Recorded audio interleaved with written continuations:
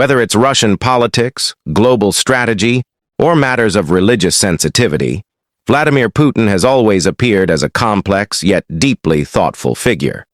But his views about Islam, his respect for it, and his consistently positive statements have always surprised global media.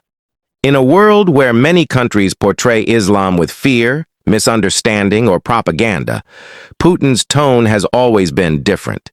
He considers Islam a civilization, a principled system, and a force that strengthens peace and morality within society. Putin often says that Russia is not just a country, but a civilizational world, a world where multiple religions have lived together for centuries. And within this civilization, Islam has always stood as a strong pillar. One thing that stands out in Putin's speeches is that he does not use religion as a political weapon.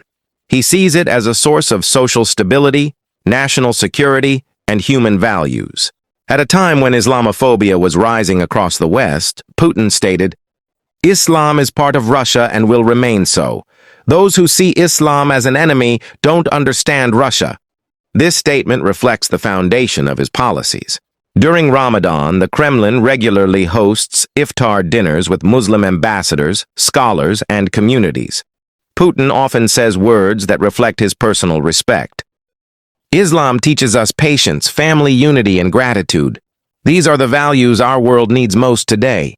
This is why Russia's Islamic Council, muftis, and Muslim students often speak highly of him.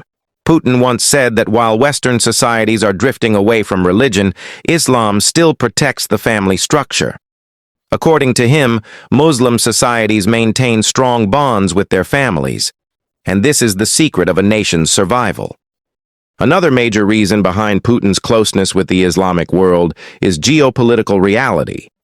Almost all the countries surrounding Russia, Uzbekistan, Tajikistan, Azerbaijan, Turkey, Iran, Kazakhstan, are Muslim-majority regions.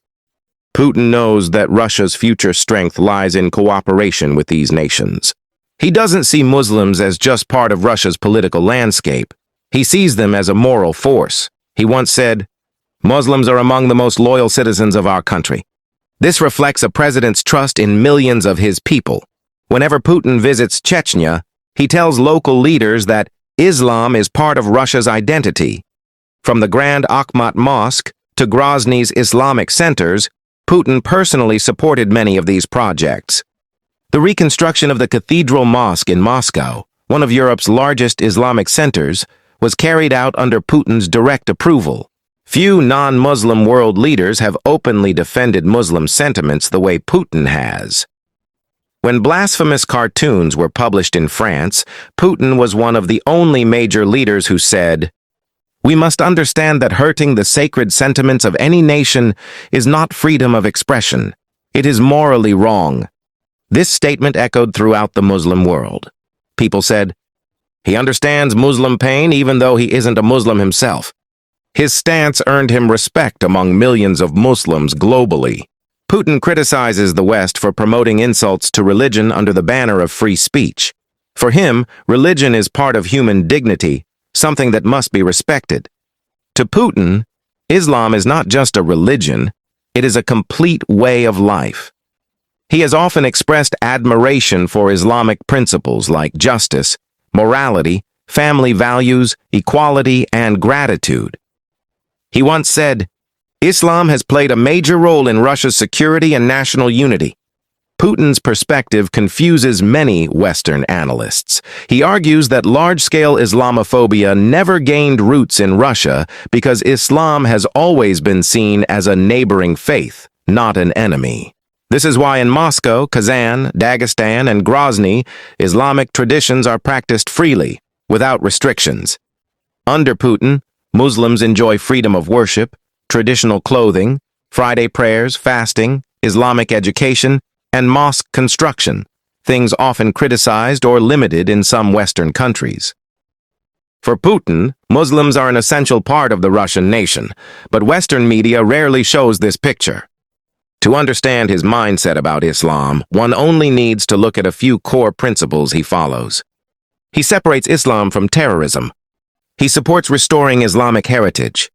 He considers Muslim leaders strategic partners. He acknowledges Islam as a moral force for Russia.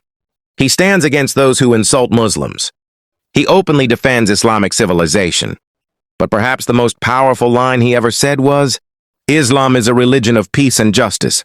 Misrepresenting it is the biggest wrongdoing." Putin never claimed he is accepting Islam, but his respect, his policies, and his words show that he sees Islam as a great religion. Leaders like Putin are rare.